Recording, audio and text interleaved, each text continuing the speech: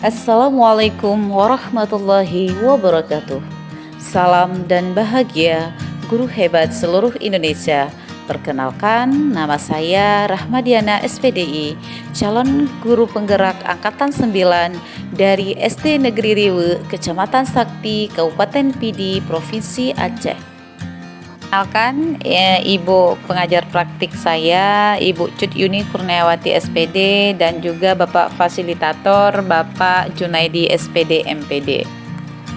Dalam kesempatan ini, saya akan menjelaskan tentang koneksi antar materi modul 2.1, yaitu pembelajaran berdiferensiasi. Apa itu pembelajaran berdiferensiasi? Pembelajaran berdiferensiasi adalah usaha guru dalam menyelesaikan proses pembelajaran di kelas untuk memenuhi kebutuhan belajar individu murid. Artinya, pembelajaran berdiferensiasi adalah pembelajaran yang mendukung semua murid dalam memenuhi kebutuhan belajar mereka.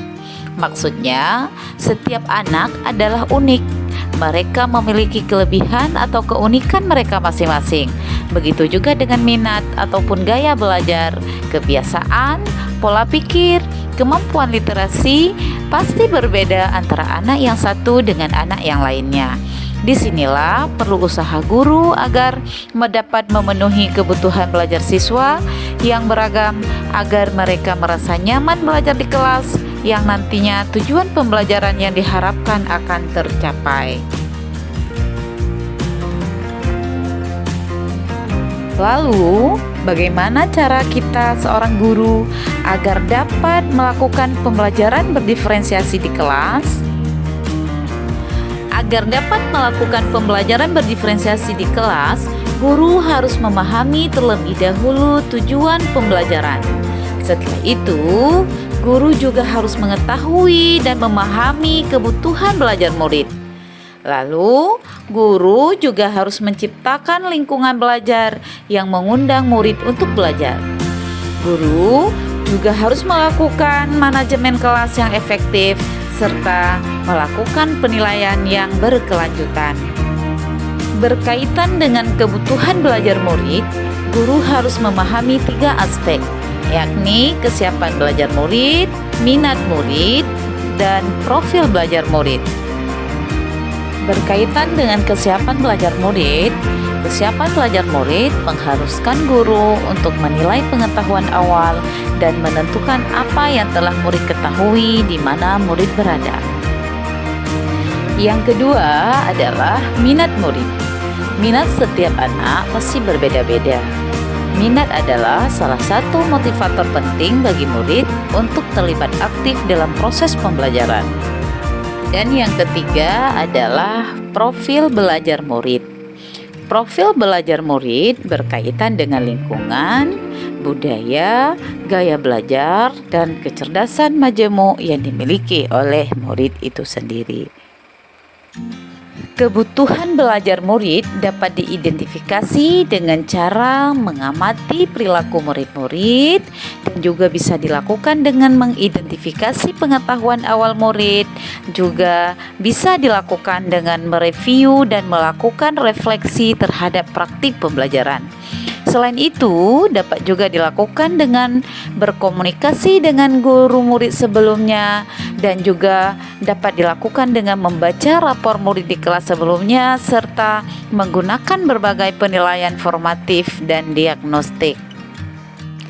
Selanjutnya, strategi yang digunakan guru untuk mendiferensiasi pembelajaran ada 3, yaitu strategi diferensiasi konten, dan yang kedua strategi diferensiasi proses, dan yang ketiga adalah strategi diferensiasi produk. Nah, di sini guru dapat memilih salah satu dari ketiga strategi tersebut atau mengkombinasikan ketiga strategi tersebut.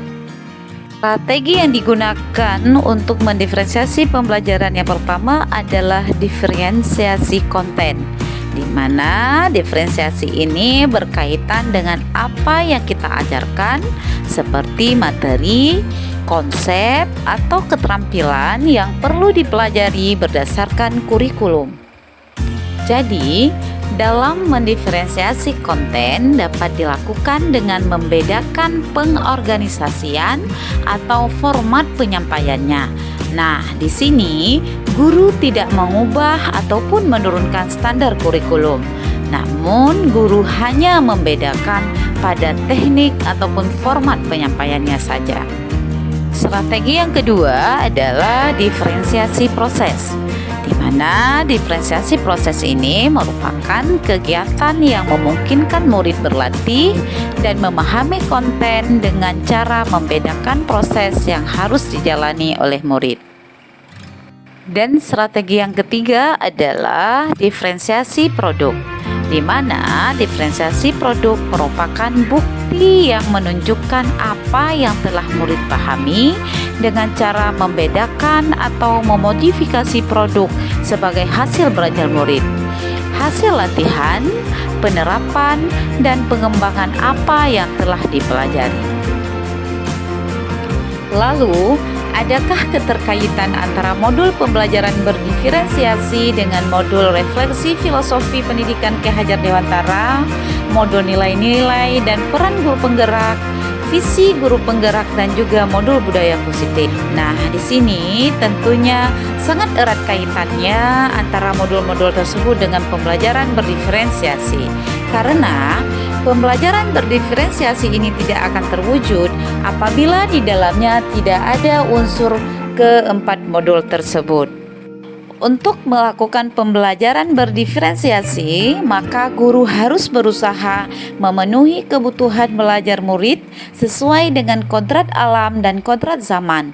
Hal ini sesuai dengan filosofi Ki Hajar Dewantara. Selanjutnya, dalam melakukan pembelajaran berdiferensiasi, pembelajaran yang dilakukan oleh seorang guru penggerak harus berpihak pada murid, reflektif, mandiri, kolaboratif, dan inovatif, yang nantinya akan terciptanya pembelajaran berdiferensiasi yang dapat memenuhi kebutuhan belajar murid.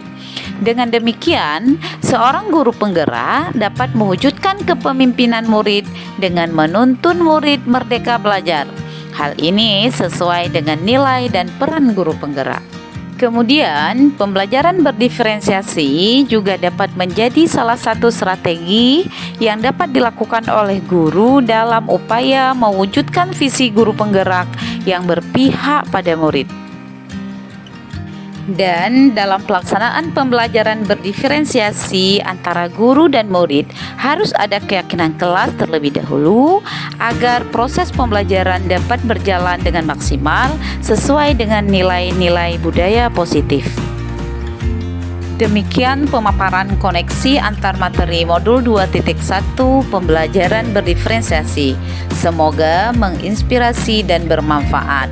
Wassalamualaikum warahmatullahi wabarakatuh.